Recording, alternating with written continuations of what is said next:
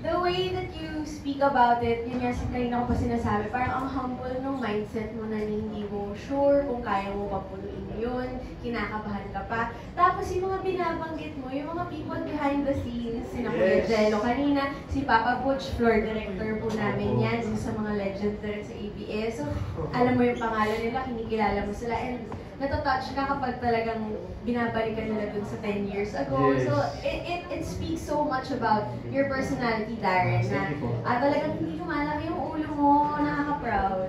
Kala niyo lang. Medyo ko lang. Opo. Isa yun sa mga priorities ng magulang ko. Pag lumaki yung ulo ko, talagang babatukan nila ako. They really do that. Tama yan, tama yan. Ganyan ka lang forever, Darren. Okay, ngayon naman, punta po tayo kay Mylene De Leon of Top Life. Hi, Mylene! Hello po. Okay, I'm sure nung you were in The Voice pa lang, you didn't think na you'd celebrate anniversary, 10th anniversary sa Araneta. Now that it has happened, ano nakikita mo sarili mo sa music industry? Saan ka na papunta? You have to, syempre, talk to you na 10th anniversary. Do you see yourself in an international career or mga plans mo pa for your music career? Alam niyo po, akala ko after ng concert ko, makakapagpahinga na ako. Hindi pala talaga. Ang dami pa rin mga nangyayari, mga ganap. And I'm just so grateful and I feel so blessed. Kasi, ayun po mas gusto ko rin yung maraming nangyayari kaysa naman wala. And one of those things is recording kasi we're trying to finish up my first album under Star Music. Iniisip namin kung i-release namin siya before the concert po sana or during or the night before the concert, pero sabi namin, let's just let the concert have its own moment and then let's have my first album under Star Music have its own moment as well. So that's one of the things that we're doing now. And to release music internationally, hopefully, syempre po in the future, do another performance on the global stage, katulad ng ginawa ko po dati for Singer 2019. And yeah, that's it in terms of music. Tapos, yun po, showtime araw-araw. I'm also planning to go on a short vacation back in Canada. Kasi after Can't Buy Me Love, diretso na pong rehearsals for the concert, tapos other things, shoots and other shows as well. So I really requested to block off at least 2 weeks lang para makahinga. Opo, yun. Sa concert mo rin, you mentioned na the very important people in your life were there. Your parents, your coach mo. Meron bang somebody missing na you wish nandun siya that yung special moment na yun sa Araneta? Well, I mean, for me, sino ba? I mean, nakaka-touch din kasi nagbiyahe po talaga yung mga relatives ko from Nueva Ecija, Nueva Vizcaya. I mean, I wish all of them were there kasi some of them are in the States, in Canada. And of course, yung grandma ko on my dad's side who passed away before I joined The Voice Kids, parang isa yun sa mga pangarap niya para sa akin kasi alam niya na kumakanta ako and one of her dreams for me was to become, you know, a popular singer in the Philippines. So, ayun nga, I know napanood niya naman yun from heaven. But yeah, nakaka-touch din kasi andun din yung grandparents ko from Nueva Vizcaya on my mom's side and then ayun po, parang hindi ko rin in-expect na lilipad yung dad ko from Canada and stuff like that. So I was just really happy that they were all part of my milestone as well. Yun po.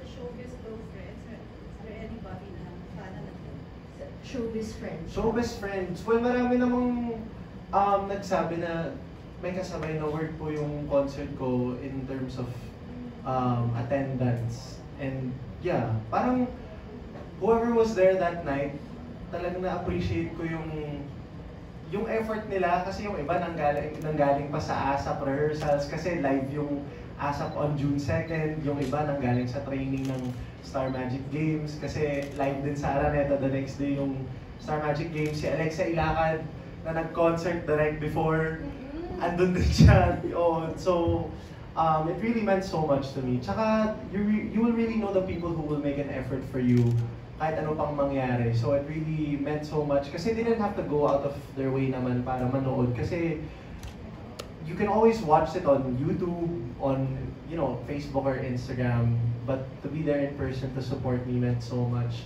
Tsaka ano, isa sa mga hinanakit ko, hindi ko nabati dun in person si Jeremy tsaka si Kuya Jason din na nanood. Kasi nabanggit ko lahat ng mga artist friends ko na nanood. Tapos hindi ko alam na nanood sila. Bumawi ka ngayon, Darren. Oo, Bumawi ka ngayon. Maraming salamat Jeremy Linoga tsaka Jason D sa panonood. Sila lang hindi ko nabanggit ng concert. So ito na.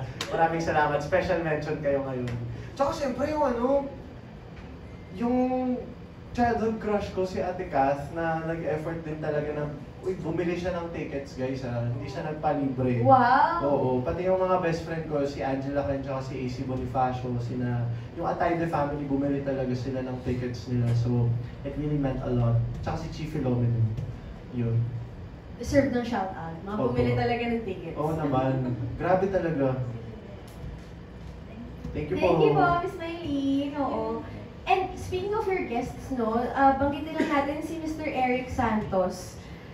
Sinabi na ikaw ang best male performer of your generation. Ano masasabi mo doon, Darren? OA niya po. Medyo OA niya na po.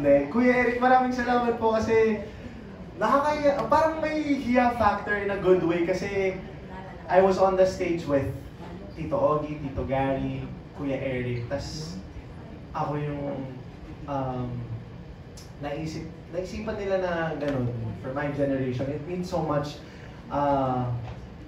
Ewan ko, I don't know what to say kasi parang ang dami naming magagaling sa generation ko na to and you can see it every Sunday on ASAP. So it really meant so much. Maraming salamat Kuya Eric for that statement of yours. Nakataba po talaga ng puso coming from, you know, the pop ballad royalty himself. Yun. Thank you. Okay, ngayon Thank you naman, po. punta na tayo sa ating last question. This is gonna come from Miss Candice Go of Push. Oh, we have Jeff first. Okay. Mr. Jeff Fernando from Daily Tribune will ask his question Hello first. po. Darren, congratulations. Salamat. Nabanggit nga, sold out, maraming manonood. May chance pa or any plans na magkaroon ito ng repeat or tour para mas marami pang maka-experience na mapanood ka? Ayoko na po, nakaka-stress. Nakaka-stress talaga siya. Gets ko na yung, I mean, may mga nagtatanong po kung may repeat or may tour, but I feel so fulfilled na dun sa ginawa ko po on that day on June 1st. And it was parang something that I don't want to recreate. Yung parang what happened on that day was meant to happen, the way it happened and everything like that. But the tour would be something na, I don't know, siguro pwede po namin i-consider din, tsaka pwede pag-isipan. Ayun, parang tour na lang instead of doing a day two or a repeat po. Yeah. Okay, ang next question ko is less